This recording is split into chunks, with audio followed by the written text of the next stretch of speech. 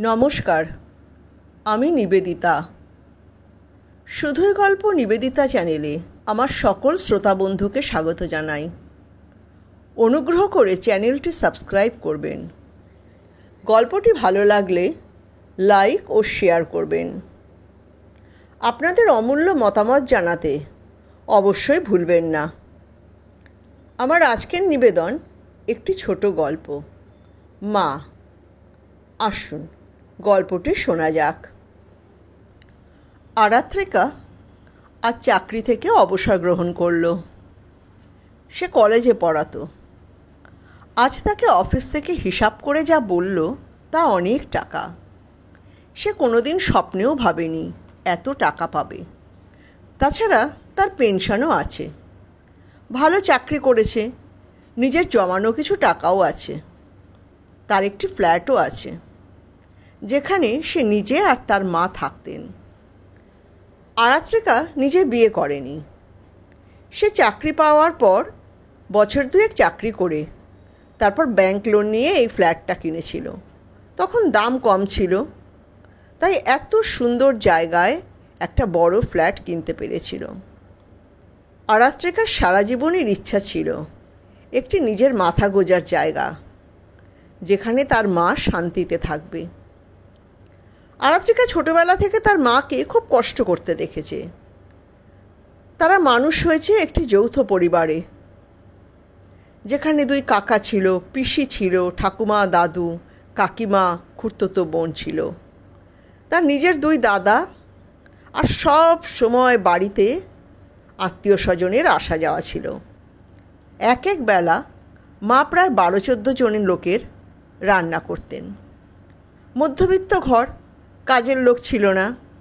আর তখন প্রতি বাড়িতে ওই বাসন মাজা আর ঘর মোছার একজন ঠিকেছি থাকতো, আর সব কাজ মাকেই করতে হতো। আরাত্রিকার বাবা ছিল না। আরাত্রিকার তাকে মনে পড়ে না।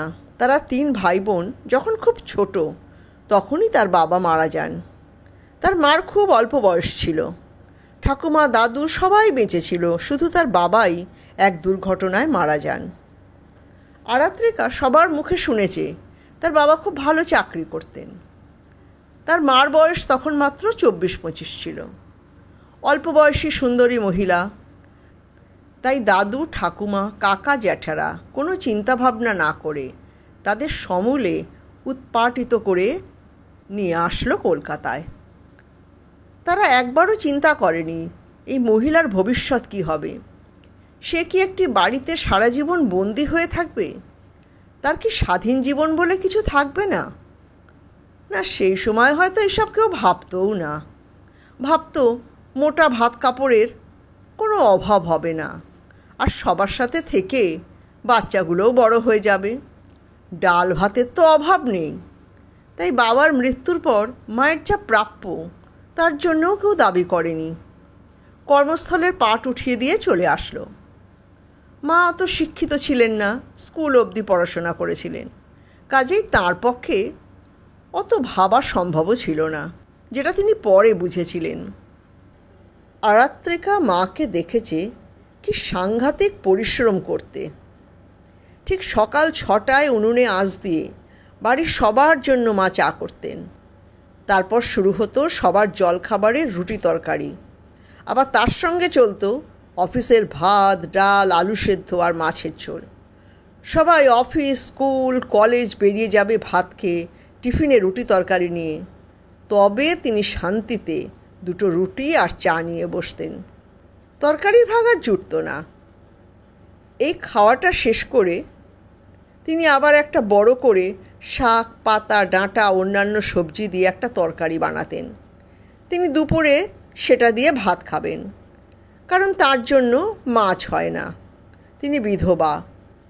আবার স্কুল থেকে ফিরে এসে ছেলেমেয়েরা খাবে। 2 থেকে 4টে অবধি তিনি একটু বিশ্রাম নিতেন। 4টে বাজলেই একে একে সবাই আসতে শুরু করবে। সবাইকে খেতে দিতে হবে। না, কোনো জেঠিমা কাকিমারা সাহায্য করতো না, কারণ তারা সংসারে টাকা দিত। আরাত্রিকার মার তো সেই ক্ষমতা ছিল না। সন্ধ্যা থেকে আবার তিনি দিস্তা দিস্তা রুটি বানাতে শুরু করতেন। আরাত্রিকা তার মায়ের চোখের জল দেখেছে, পরিশ্রম দেখেছে। কি অমানুষিক পরিশ্রম!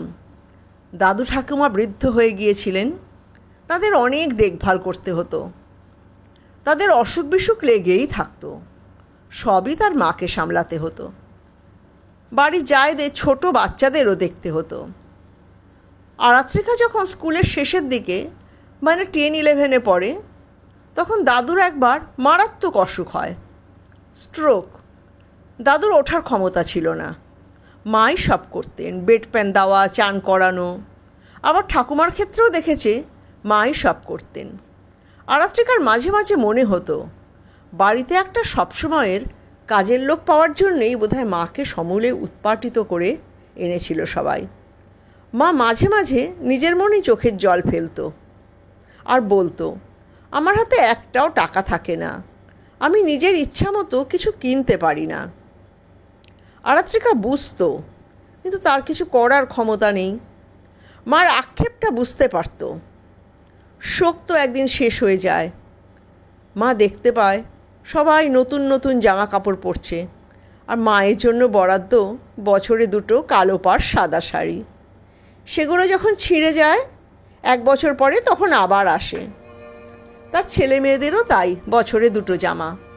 অথচ সবাই কত নতুন নতুন জামা কাপড় পরে। মায়ের তো দুঃখ হবেই। ধীরে ধীরে সংসার বাড়তে থাকে। অন্যান্য কাকা কাকিমারা তাদের ছেলে মেয়েদের নিয়ে ভালো থাকার জন্য আলাদা হতে শুরু করে। ঠাকুমা, দাদু, আরাত্রিকারা আর এক কাকা কাকিমা থাকে তাদের সাথে। তাদের খুব কষ্টে সংসার চলত। একজনের আয়ে অতগুলো লোক। কাকা খুব ভালো ব্যবহার করতেন না, কিন্তু তাদের তো উপায় নেই। মুখ বুজে মা কাজ করে যেতেন। তারাও যা পেত তাই খেত, যা পেত তাই পড়ত। এইভাবে ধীরে ধীরে তারা বড় হতে লাগলো। তারা 3 ভাই বোন পড়াশোনায় ভালো ছিল। তাদের পড়াশোনার পিছনে অত খরচ করতে হতো না। তারা নিজের নিজের মতো করে বড় হয়ে গেছে। 2 ছেলেই ভীষণভাবে প্রতিষ্ঠিত। 2 ছেলেই ইঞ্জিনিয়ার হয়েছে। এই ছেলে মেয়েদেরকে দাঁড় করানোর জন্য তার যে কঠিন জীবন ছিল কেউ ভাবতে পারবে না। সেই 24-25 বছর বয়স থেকে তিনি কোনোদিন মাছ, মাংস, ডিম খাননি না। তার জন্যে কোনো বিকল্প ব্যবস্থাও ছিল না। দুধ, ছানা তাদের জন্য ছিল না।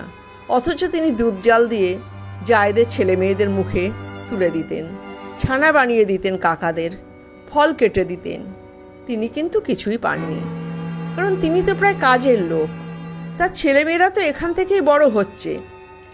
তারা যদিও 1 টুকরো করে মাছ খেতে পায়, মধ্যবিত্ত ঘরে সবার সঙ্গে 1 টুকরো মাছ জুটে যায়, কিন্তু মায়ের জন্য দুধ, ছানা, ফলের কে ব্যবস্থা করবে? দাদারা তো আস্তে আস্তে বড় হয়ে যেতে লাগলো। নিজেরা চাকরি পেয়ে গেল। চাকরি পেয়েই তারা কিন্তু নিজেদের কথা ভাবতে শুরু করে দিল। সংসারে তারা কিছু টাকা দিল কাকার হাতে, কিন্তু মার দিকে কোনোদিন খেয়াল করেনি ভালো করে। যে মা মুখে রক্ত তুলে তাদের বড় করেছে তার কথা একবারও ভাবেনি। আর আরাত্রিকা তখন অন্য এক সংকটে ভুগছে। সে তখন খুব ভালো কলেজে পড়ছে। সে তার রেজাল্টের জোরেই ভর্তি হয়েছে, কিন্তু কলেজে সবার সাথে পাল্লা দিতে পারে না। তার 2টো ছাপা শাড়ি, তাই পরেই সে যায়। সেখানে মেয়েরা কত ভালো ভালো নতুন নতুন ড্রেস পরে যায়, কত ভালো শাড়ি। সে হীনমন্যতায় ভোগে। তার হীনমন্যতা শুধু কলেজে তা নয়, বাড়িতেও ছিল। তার খুড়তুতো বোনের জন্য দুধের গ্লাস নিয়ে মা সাধ্য সাধনা করত খাওয়ার জন্য, আর সে তাকিয়ে থাকত। তার পাতে পড়তো সবচেয়ে ছোট মাছ। তখন সে বুঝতে পারত মেয়ে আর মেয়ের মতোর কত তফাৎ। লোককে বলা হয় এ আমাদের মেয়ের মতো। তার দাদারা তখন চাকরি করে, কিন্তু না, তারা কেউ তার জন্য 1 পয়সাও খরচ করেনি। ভাগ্য ভালো, তখনকার দিনে কলেজে টিউশন লাগতো না আলাদা করে। প্রফেসরদের নোটেই কাজ হতো। তার অদম্য জেদেই সে খুব সফলভাবে কলেজ পাশ করলো। সে বড় হচ্ছে, মনের জোর বাড়ছে। পারিপার্শ্বিক অবস্থা তার মনে আর ছাপ ফেলতে পারে না। সে ইউনিভার্সিটিতে গেল, ভালোই পড়াশোনা করত। পড়াশোনার জোরেই তার হীনমন্যতা চলে যেতে লাগলো। এই সময় তার বড়দা বলল সে বিয়ে করতে চায়। বাড়িতে অশান্তি শুরু হলো। কাকা কাকিমারা বলতে লাগলো, এখনই কি বিয়ে করবে? আগে মা বোনের দায়িত্ব নাও, বাড়ি ভাড়া করে এদের নিয়ে যাও, এদের প্রতিপালন করো, তবে না বিয়ে করবে। মার তো অর্থের জোর নেই, তাই কথারও ওজন নেই। মা চুপ করে থাকলো। দাদার মেয়ে ঠিক করাই ছিল। দাদার বিয়ে হলো, বৌদিও চাকরি করে, মার কাজ বাড়ল। ছেলের সঙ্গে বৌমাকেও ভাত টিফিন জোগাড় দিতে হয়, তবে বেশি দিন দিতে হয়নি। দাদা বৌদি তাদের বোঝা নিতে রাজি হয়নি, তাই আলাদা বাড়ি দেখে চলে গেল। রইল বাকি ছোড়দা। সেও উড়ু উড়ু করছিল। সে যে প্রেম করছে বোঝাই যাচ্ছিল, খালি প্রকাশ করতে পারত না। দাদা রাস্তা খুলে দিল। ছোড়দাও একদিন বলল, আমি এবার বিয়ে করব, মেয়ের বাড়ি থেকে তাড়া দিচ্ছে। সুতরাং তারও বিয়ে হলো। না, খুব ঘটাপটা করে হয়নি, সামর্থ্য অনুসারেই সব করেছিল ছোড়দা। তা সেই ছোট বউ মাকে পছন্দ করেনি, কারণ মাকে সবাই দায় ভেবেছে সারা জীবন বহন করতে হবে। তখন আরাত্রিকার ইউনিভার্সিটির শেষ দিক। তার রেজাল্ট খুব ভালো হয়েছিল। সে পরিপূর্ণ মনোযোগে পড়াশোনা করত। সে এত ভালো রেজাল্ট করেছিল যে পিএইচডিতে চান্স পেয়েছিল। সে পিএইচডি করাকালীন তার ছোড়দা বৌদিও অন্য জায়গায় চলে যায়, কারণ তারা দুজনেই চাকরি করে। ভালোভাবে থাকবে, এত দায় কেন নিতে যাবে? আরাত্রিকা যে সময় পাশ করেছে 80-র দশকে, তখন এত ঝামেলা ছিল না। সে তার রেজাল্টের জোরেই কলেজে লেকচারারের চাকরিটা পায়। প্রথমে মফস্বলের একটা কলেজে, ঝাড়গ্রামে। সে ওখানে গিয়ে দেখে আসে, একটা ছোট বাড়ি ভাড়া করে আসে। কলকাতা ফিরে সে মাকে নিয়ে তার কর্মস্থলে চলে যায়। কেউ বাধা দেয়নি, শুধু কাকা কাকিমা নিজেদের সংসারের অসুবিধার কথা ভেবে মাকে আটকে রাখতে চেয়েছিল। সে কোনো কথায় কান দেয়নি। সে মাকে নিয়ে চলে এসেছিল, কাজের লোক রেখে দিয়েছিল। মাকে কোনো কাজ আর করতে দিত না। মায়ের তখন বয়স হয়েছে, সারা জীবন অনেক পরিশ্রম করেছে, মধ্যবয়সে আর কত করবে। আরাত্রিকা মাকে আরাম দিতে চেয়েছিল। মার হাতে সে টাকা তুলে দিত। কিছুদিন পর তাকে আবার অন্য জায়গায়, অন্য কলেজে যেতে হয়। সে মাকে নিয়েই ঘুরেছে। মাও বিভিন্ন জায়গায় থাকতে খুব আনন্দ পেতেন। তবে মা তাকে বিয়ের জন্য বারবার অনুরোধ করতেন, বলতেন, তোর বিয়ে কেউ দেবে না, তুই নিজে পছন্দ কর। কত ছেলে তো তোর কলেজে পড়ায়, তাদের কাউকে পছন্দ কর না। তুই দেখতে সুন্দর, চাকরি করিস, লেখাপড়া জানিস। সে হেসে মায়ের কথা এড়িয়ে গেছে। তার একমাত্র লক্ষ্য ছিল মাকে ভালো রাখা। বছর দশেক বিভিন্ন জায়গায় ঘুরে সে কলকাতায় একটি কলেজে বদলি হয়। এবার সে যে ফ্ল্যাটটা কিনেছিল সেখানেই মাকে নিয়ে থাকতে শুরু করে। মায়েরও বয়স হয়ে যাচ্ছিল, মাও থিতু হলো। কলকাতায় আসাতে দাদা বৌদিরা আসতে শুরু করলো। মাকে দেখে যেত। মা খুব খুশি হতেন। সন্তানকে তো আর ভোলা যায় না। কলকাতায় এসে মা খুশিতে ছিলেন। এখন সে মাকে যতই ভালোভাবে রাখুক, অত্যধিক পরিশ্রমে মার শরীর অনেক আগেই ভেঙে পড়েছিল। বয়স হওয়ার জন্য আরও খারাপ হতে লাগলো। মার হার্টের অবস্থা ভালো ছিল না। আরাত্রিকার যখন 45-46 বছর বয়স, তখন মার হার্ট অ্যাটাক হয়। সে অনেক বড় হাসপাতালে মাকে ভর্তি করেছিল, কিন্তু ডাক্তাররা কিছু করতে পারেননি। মা চলে গিয়েছিলেন। তারপর থেকে সে একা। আরও 15-16 বছর চাকরি করে সে আজ অবসর পেয়েছে। তার জীবনে কোনো দুঃখ নেই, কারণ সে কোনোদিন বিয়ে, সংসার এসবের স্বপ্নই দেখেনি।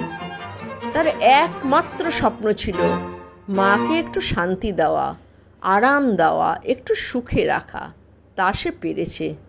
তার জীবনের ব্রত সার্থক।